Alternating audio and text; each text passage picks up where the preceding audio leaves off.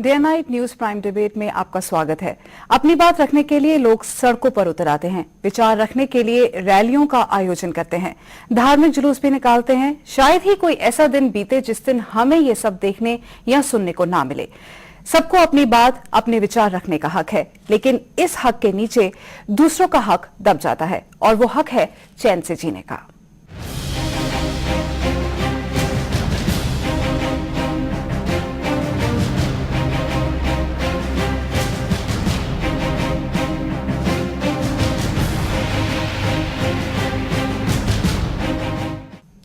रैलियों, धरना प्रदर्शन, जुलूस वगैरह वगैरह, ये सब जब भी आयोजित होते हैं तो अपना मकसद कम और दूसरों की मुसीबतें ज्यादा बढ़ाते हैं। प्रशासन हमेशा की तरह लाचार दिखता है। आवाज उठाए भी तो आखिर कौन? हमारे सियासतदानों को जनता से बहुत प्यार है, इसलिए जब मन करता है जनता के बीच पहुंच जाते हैं। पूरा शहर थम जाता है। कुछ लोग हमेशा ही सरकार से नाखुश रहते हैं। जब मन करता है धरना देते हैं, प्रदर्शन करते हैं। खामियाजा आम जनता भुगतती है। धार्मिक जुलूस निकाले जाते हैं, सड़कों पर हजारों लोग एक साथ निकल पड़ते हैं।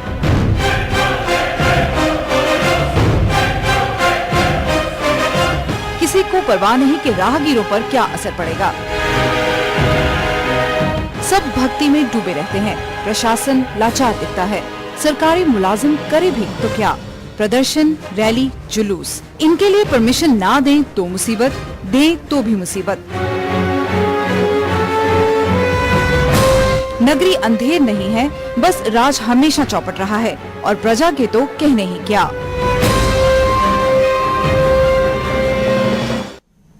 इस मुद्दे पर बातचीत करने के लिए आज हमारे साथ स्टूडियो में मौजूद हैं अराइव सेफ संस्था के सदस्य Kapil Ahluwalia, Chandigarh traffic advisory committee के सदस्य अमर मनचंदा, हरियाणा के पूर्व एडिशनल डीजीपी वीके कपूर और एचसी अरोड़ा जो एक सामाजिक कार्यकर्ता हैं और एक आरटीआई एक्टिविस्ट भी हैं। इसके अलावा हमारे साथ चंडीगढ़ से जुड़ रहे हैं गुरनाम सिंह जो एक ट्रैफिक मार्शल हैं।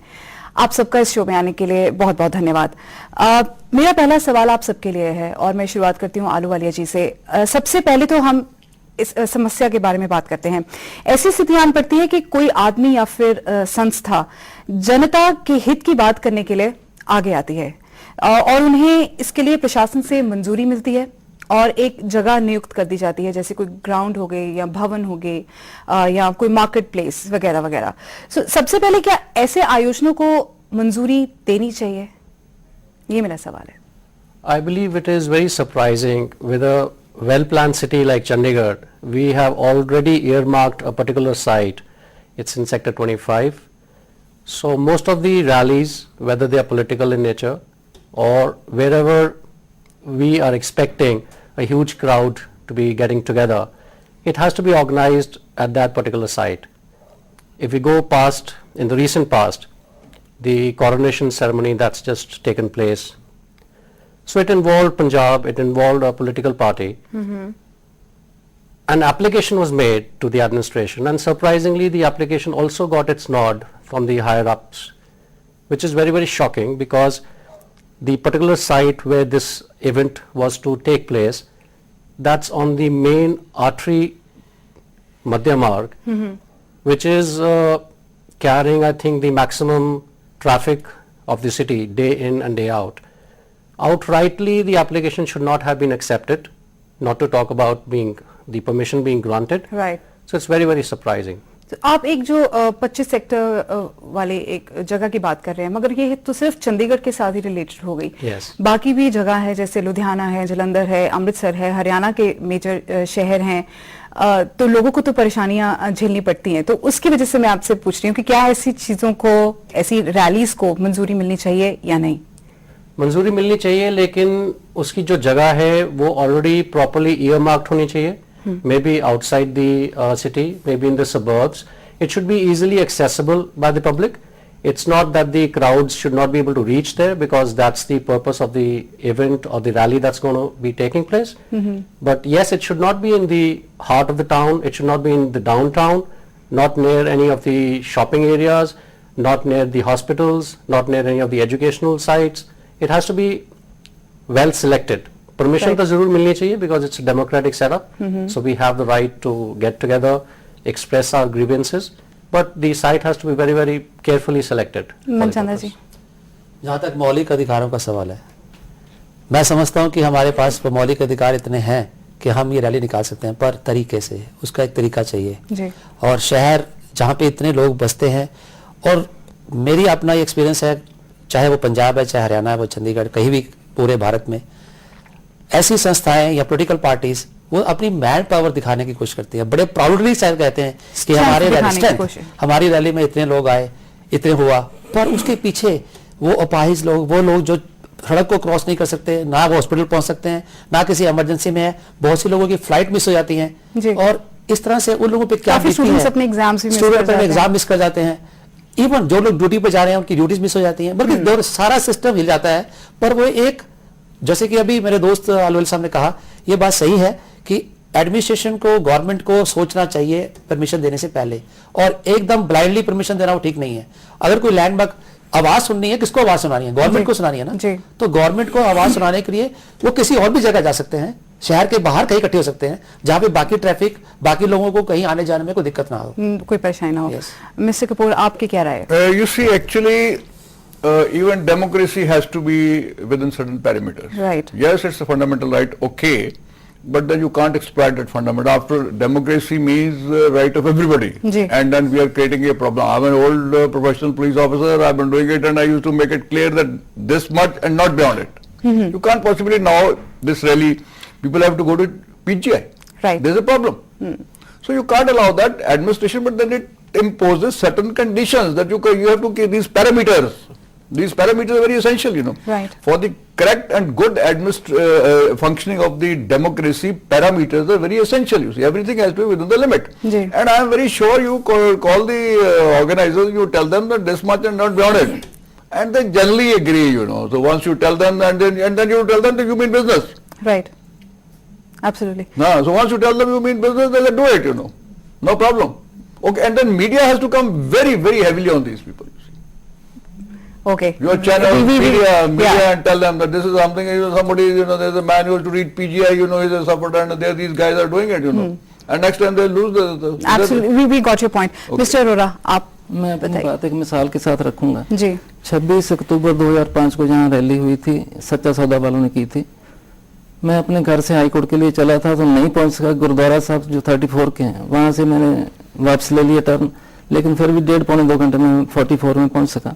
तो 27 अक्टूबर 2005 को मैंने PIL फाइल की थी पंजाब ने हरियाणा हाई कोर्ट में कि रैलीज शहर में नहीं होनी चाहिए, और जिन्होंने रैली की है इनके ऑर्गेनाइजर से आप कंपनसेशन वसूल करें। वहाँ 3500 ट्रैफिक कांस्टेबल थे और 200 कमांडर्स थे जिनको डिप्लॉय करना पड़ा था अपार्ट फ्रॉम अदर थिंग्स। सो उसमें नोट्स भी हुआ था, और नोट्स होने के बाद एक स्टेज पे चंडीगढ़ एडमिनिस्ट्रेशन ने एक नोटिफिकेशन निकाल दिया कि रैलीज बाहर हुआ करेंगी सेक्टर 25 क्रमेशन ग्राउंड के पास।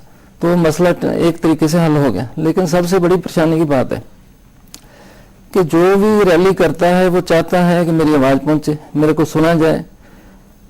शहर से बाहर फेंकने से बात नहीं बनती, लोग चाहते हैं कि उनकी आवाज किसी ढंग से सुनी जाए, नजर भी आके सुनी जाती है। सरकार के पास पहुंचने के लिए जरूरी नहीं है कि वो वहां से 3 आदमियों को सिलेक्ट करके आप गवर्नर को मिलने के लिए आ सकते हो, उससे उनका जो एस्पिरेशन है पर्पस सॉल्व नहीं होता। वहां पे एक अरेंजमेंट होना चाहिए। आप बेशक इस बात पे हंस भी लें, तो मैं कहूँगा यदि प्रेस क्लब बन सकता है, डेमोन्स्ट्रेशन क्लब क्यों नहीं बन सकता? वहाँ पे विजिटर गैलरी हो, प्रेस गैलरी हो, पुलिस गैलरी हो, वहाँ पे सब्सिडाइज कंटीन हो, सब्सिडाइज कोल्ड ड्रिंक्स वगैरह दी जाए, और वहाँ पे गवर्नमेंट अपना ऑफिस बनाए, पंजाब गवर्नमेंट, चंडीगढ़ गवर्नमेंट, ये जो ट्राई सिटी है इनकी गवर्नमेंट्स में कोई ऑफिस बनाए, वहाँ पे इनके लाइजन ऑफिसर्स हों जो लोगों से रिप्रेजेंटेशन लें, और उनसे जरूरत पड़े तो अपने ऑफिसर से बात करके उनकी बात भी करा दें कि आपकी आवाज मेरे तक पहुंच गई है। कोई सिस्टम होना चाहिए, अदरवाइज कन्वेंशन ग्राउंड के पास लोग लाशों को सराहने के लिए नहीं जाते। चलिए, अगर ऐसे एक सोल्यूशन निकाल भी लिया जाए, अगर कोई ग्राउंड शहर के अंदर ही कहीं पे एक डेजिग्नेट कर दी जाए जगह, बट प्रॉब्लम जो रहती है वो होती है रूट की, इट्स अबाउट द ट्रैफिक, जो लोग वहां तक पहुंच रहे हैं। ये होने तो शहर के बाहर ही चाहिए, लेकिन वहाँ पे कोई फैसिलिटीज होनी चाहिए कि लोगों को लगे कि हमारी आवाज पहुंच रही है। जी, पहुंच ही नहीं रही, पहुंचती नजर भी आ रही है। You see, media is there for carrying the voice. They have to be, the organizers have to be told that this far and no further. Right. And I am very sure they'll listen about it. I mean, because it is the public, their inconvenience. Okay, public की बात होगी, वो public को ही कर रहे हैं ना वो। जी, जी, हाँ, जी। तो कहीं आपके तो नंबर कट गए सारे के सारे, तो नंबर कोई नहीं कटवाना चाहता। कपूर साहब हमारे साथ चंडीगढ़ से जुड़े हैं गुरनाम सिंह जी। गुरनाम जी, आपने सबकी बातें सुनी है, आप एक ट्रैफिक मार्शल भी हैं, आप क्या कहना चाहेंगे, क्या ऐसी रैलीज को मंजूरी मिलनी चाहिए? बिल्कुल नहीं मिलनी चाहिए। अगर मिलती है तो उनके अपनी स्टेट्स के अंदर ही होनी चाहिए। जैसे पंजाब है तो पंजाब के बॉर्डर पर ही उनकी एक होनी चाहिए कोई जगह फिक्स, और जैसे हरियाणा का है, हरियाणा बॉर्डर पर ही उनकी एक कोई जगह होनी चाहिए फिक्स। ये नहीं कि वो चंडीगढ़ आए, चंडीगढ़ आके 25 सेक्टर बैठे। अगर वो चंडीगढ़ में एंटर कर जाते हैं तो इट मींस के ट्रैफिक की कोई प्रॉब्लम हो जाएगी। मगर गुरनाम जी, ये नहीं आप है कि- चंडीगढ़ को न्यूसेंस फ्री रखना चाहते हैं, मगर उसकी वजह से जो बाकी शहर हैं, अगर कोई लुधियाना से आ रहा है यहाँ पे रैली करने के लिए या कोई हिसार से आ रहा है रैली करने के लिए, बात तो वहीं आ गई। अगर वही वो रैली लुधियाना में करते हैं या हिसार में करते हैं तो भी ट्रैफिक की प्रॉब्लम तो सॉल्व नहीं होती है। नहीं होती, मैं मानता हूं, लेकिन वो प्रॉब्लम तब सॉल्व हो सकती है अगर वो कोई लुधियाना से आ रहा है या कोई अंबाला से आ रहा है या हिसार से आ रहा है। उनकी प्रॉब्लम वहां पर जो उनके डीसीज हैं, एसपीज हैं, जो भी उनका है कंसर्न डिपार्टमेंट, अगर कोई सुन लेता है तो उनको कोई जरूरत नहीं आने की चंडीगढ़। ये तो एक प्रॉब्लम तब आती है कि अगर वहां पर लोग उनकी कोई बात नहीं सुनता, तब वो आते हैं, चंडीगढ़ आते हैं लोग। इट्स बेटर यही है कि उनकी बातें वहां सुने, उनकी प्रॉब्लम वहां सॉल्व कर दें। अगर है तो उनके 5 आदमी आए, वो आकर उनके पॉलिटिकल, जैसे सीएम्स के मिलना है या गवर्नर को मिलना है, उनके 5 आदमी का आपको डेपुटेशन आए और वहां कर मिल। इससे वो बिल्कुल आपकी ट्रैफिक की प्रॉब्लम भी सॉल्व हो जाएगी। जी गुरनाम जी, हम आपके पास वापस आते हैं। आलूवाली जी, आप इस पे क्या बोलना चाहेंगे? There's a particular data from the Associated Chambers of Business and Industry which says that in Delhi and the NCR, about 42 crore man hours are lost on a monthly basis by about 70 lakhs odd working population of Delhi. Right. So I'm sure with the bureaucratic setup that Chandigarh has, or for that matter any of the good and the big cities of Punjab has, due to the political